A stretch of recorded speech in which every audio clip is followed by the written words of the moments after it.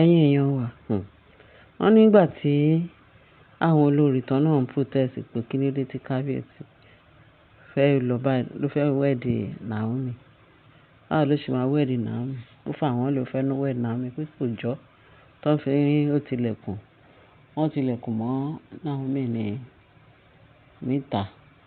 Kò gbọdọ̀ wọ inú géètì wa sáàfin. At the end of the day kò dẹ̀ sí kábíyèsí nílẹ̀. So ibi tí kábíyèsí ti wà ní ìta tí Naomi fi wà níta. Wọ́n ní kábíyèsí wá sọ pé ó lóun ń bọ̀ pé kó dúró níta pé òun ń bọ̀ òun wá bá òun lórí. So ibi tó ti ń dúró de kábíyèsí ní ìta. Tàṣí sọ pé blue sáré wá bá ní kìnní tó ní ẹ̀gbọ́n òun. Ó ṣàbà ẹ̀gbọ́n òun kìnní ó sick. Gẹ́gẹ́ bọ́rọ̀ wá ó ṣàbà lọ. Tàṣí sọ pé a ti ṣiṣẹ́ yìí. Tẹ́ ẹ bá gbàgbé máa a ṣe drop ẹ̀. Kò tí pẹ́ jù. Léèní yìí náà ni. Ìrọ̀lẹ́ yìí náà la drop iṣẹ́ yìí. So láì fọ̀rọ̀ ó ṣàdébẹ̀ ó jí ẹ̀gbọ́n olórí Ronke. So wọ́n dẹ̀ ní kì í ṣe celebration kékeré. So ibi tó wà ibi tó wà ní tàbí sọ pé wọ́n ní wọ́n wá pé ọmọ ọ̀dọ̀ náà ọmọ ọ̀dọ̀ yẹn wọ́n ní wọ́n wá pé Naomi lọ́dọ̀ àwọn Ronke. Wọ́n ní ká ọmọ ọ̀dọ̀ tó débẹ̀ ní àwọn tó ń tọ́jú ọmọ pé kan nínú wọn ló sáré lọ. Wọ́n ní ṣe ni wá bá Naomi ní ọ̀dọ̀ àwọn Ronke níbi tó ti lọ jí ẹ̀gbọ́n Ronke tó sick tó dàbí ipò tó ló ti collapse gan. So at the end of the day wọ́n ní Mariam ó ti lọ kọ́ àwọn ọmọ mẹ́tẹ̀ẹ̀ta. Ọ̀rọ̀ burúkú tó ń tẹ̀rín ó lọ kọ́ àwọn ọmọ mẹ́ta. Ó ní torí pé àwọn ọmọ yẹn ń ké ìyá wọn rẹ̀ sí ilé àwọn làwọn tilẹ̀kùn mọ́. Ọmọdé wà ní ààfin pẹ̀lú àwọn ọmọ ọṣẹ́ mẹ́ta. Wọ́n ní pẹ̀lú ọmọ ọ̀dọ̀ kábíyèsí pé wọ́n pé mẹ́rin tó ń tọ́jú àwọn mẹ́ta. Báwo ni Mariam ṣe sọ pé wọ́n ń ké wọ́n ṣe wá pín àwọn ọmọ léra wọn lọ́wọ́ nìyẹn. Wọ́n ní ìyá ìbejì àtọwọ́dá ó gbé kan, Ashley gbé kan, Mariam gbé kan kí wọ́n sọ pé wọ́n ń tọ́jú ẹ̀ torí ìyàwó sí ni. Bí ọmọ yẹn ṣe wá dé tó sọ fún Ronke ní wọ́n sọ fún Naomi ní ọ̀dọ̀ àwọn Ronke. Wọ́n ní pẹ̀lú full speed ni Naomi fi dé padà sáàfin. Wọ́n ní bó ṣe dáàfin pé wọ́n ti ṣí géètì náà pé bó ṣe páàkì mọ́tò síta ẹ̀ náà ni. Pọ́ ọmọ ọ̀dọ̀ tó kọjá pé ó níbi tó gbà kọjá. Wọ́n ní inú àwọn kìnní ló sneak out táwọn náà sọ fún pé Naomi pé ó wà lọ́dọ̀ àwọn olórí Ronke ó lọ jí òkú dìde ń bẹ̀ ọ́. Ọmọ yẹn pé wọ́n ṣàṣì ibi ilẹ̀kùn kan àbáwọlé. But mọ́tò kì í gba bẹ̀ ẹlẹ́sẹ̀ ni. Wọ́n níbẹ̀ ni ọmọ ọ̀dọ̀ gbà tó sáré lọ sí ọ̀dọ̀ àwọn Ronke lọ pé Naomi pé àwọn olórí ti gbé àwọn ọmọ ẹ̀. Wọ́n dẹ̀ ti pín mọ́ra wọn lọ́wọ́ pé kì í má ṣe kékeré pé olórí Mariam pó fọ́ àwọn létí dánwò tó ń gba ọmọ yẹn by force. Wọ́n ní bí Naomi ṣe dé bẹ̀ báyìí pẹ̀lú full speed bó ṣe dé ààfin. Wọ́n gba ẹ̀yìn kò lè wọlé. Wọ́n bẹ̀rẹ̀ sí ní gbálẹ̀kùn. Thank God gbogbo wọ́n yìí wà ní ààfin wọn tí ì jáde. Bí Naomi ṣe bẹ̀rẹ̀ sí ní gbálẹ̀kùn nìyẹn. Wọ́n ṣílẹ̀kùn. Wọ́n ní gbogbo wọn tilẹ̀kùn pa. Ọmọ wọn dẹ̀ wà ní ọmọ Naomi wà lọ́wọ́ àwọn mẹ́tẹ̀ẹ̀ta.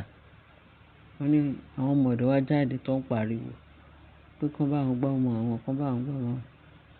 Wọ́n ní Naomi wá sọ báà lè ṣe gbé ọmọ fún wọn báà lè ṣe jẹ́.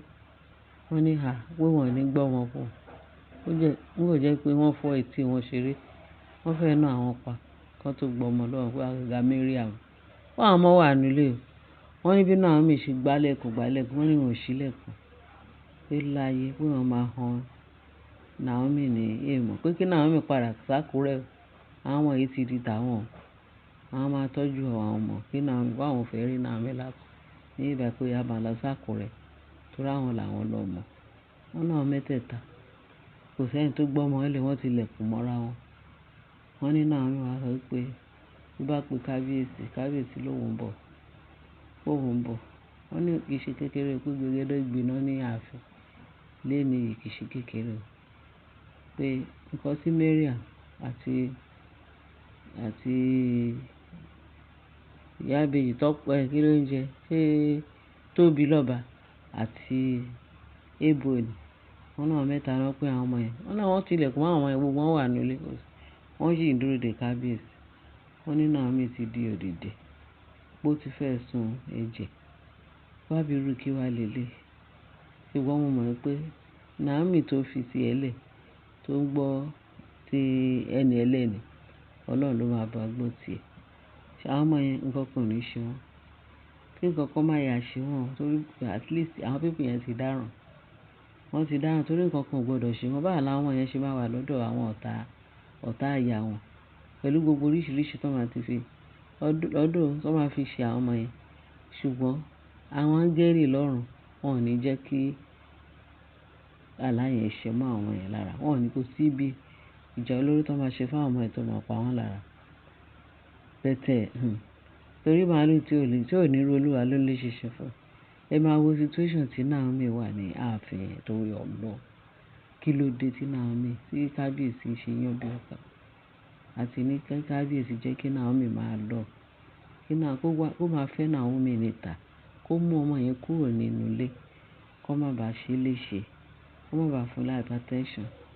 Tó kò sí nǹkan tó lè ṣe, kò sí bọ́n ṣe lè pa á lábẹ́ tẹ̀. Inú fo àyàfo nígbà gbogbo, every minute. Ẹ mọ̀ pé yẹn náà lágbára. So torí ẹ̀ mi rò pé ó lè rọgbọ tí kábíyèsí bá dé o. Tí kábíyèsí náà bá dé, ẹ̀ tún gbọ́ nǹkan tí kábíyèsí máa sọ. Kì í ṣe pé discipline tó yanrantí ló tún máa fún wọn.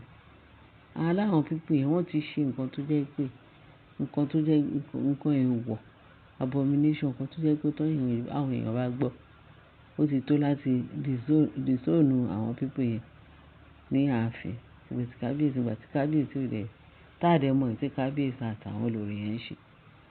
So gẹ́gẹ́ bí a ṣe ń sọ, kábíyèsí ò tí ì dé up till now, àìtí gbọ́n kankan. Ṣùgbọ́n ohun tí kábíyèsí bá dé, àá sọ fún yín. Ṣé yé wa máa sọ fún yín pé gbogbo bó ṣe ń lọ, kọ́ tí kábíyèsí outcome, bí kábíyèsí nǹkan kan ṣáà gbọdọ̀ ṣàwọn, bí kábíyèsí máa sanction wọn, gbogbo ẹ̀ náà ó dọwọ́ Ọlọ́run. Ẹ̀yin yẹn ẹ bá mi share, kí ẹ bá mi like, lórí mi ní gbọ́ àwọn nǹkan bẹ́ẹ̀ yẹn kí máa jẹ́ kẹ́ gbọ́. Màá sọ fún yín, màá jẹ́ kẹ́ mọ bó ṣe ń lọ. Ẹ ṣé bẹ́ẹ̀ ṣe tẹ́tí, kẹ́ bá share, kẹ́ bá like, kẹ́ dẹ̀ bá fi tó kù sí comment section torí mi ìrírú eléyìí rí. Nǹkan tó fi ń pìtàn láyé àtijọ́ tàwa sọ pé kò rí bẹ́ẹ̀. Ó ti rí bẹ́ẹ̀ náà o. Ọlọ́run kó gbà wá, k'Ọlọ́run bá wa ṣẹ́gun fún Naomi. Jésù Olúwa wa, àmín. Ẹ ṣé bá, ẹ bá share, kẹ́ bá like, kẹ́ bá fi tó kù sí comment section. Ẹ ṣé gan bẹ́ẹ̀ ṣe ń tẹ́tí sí wa. Bye.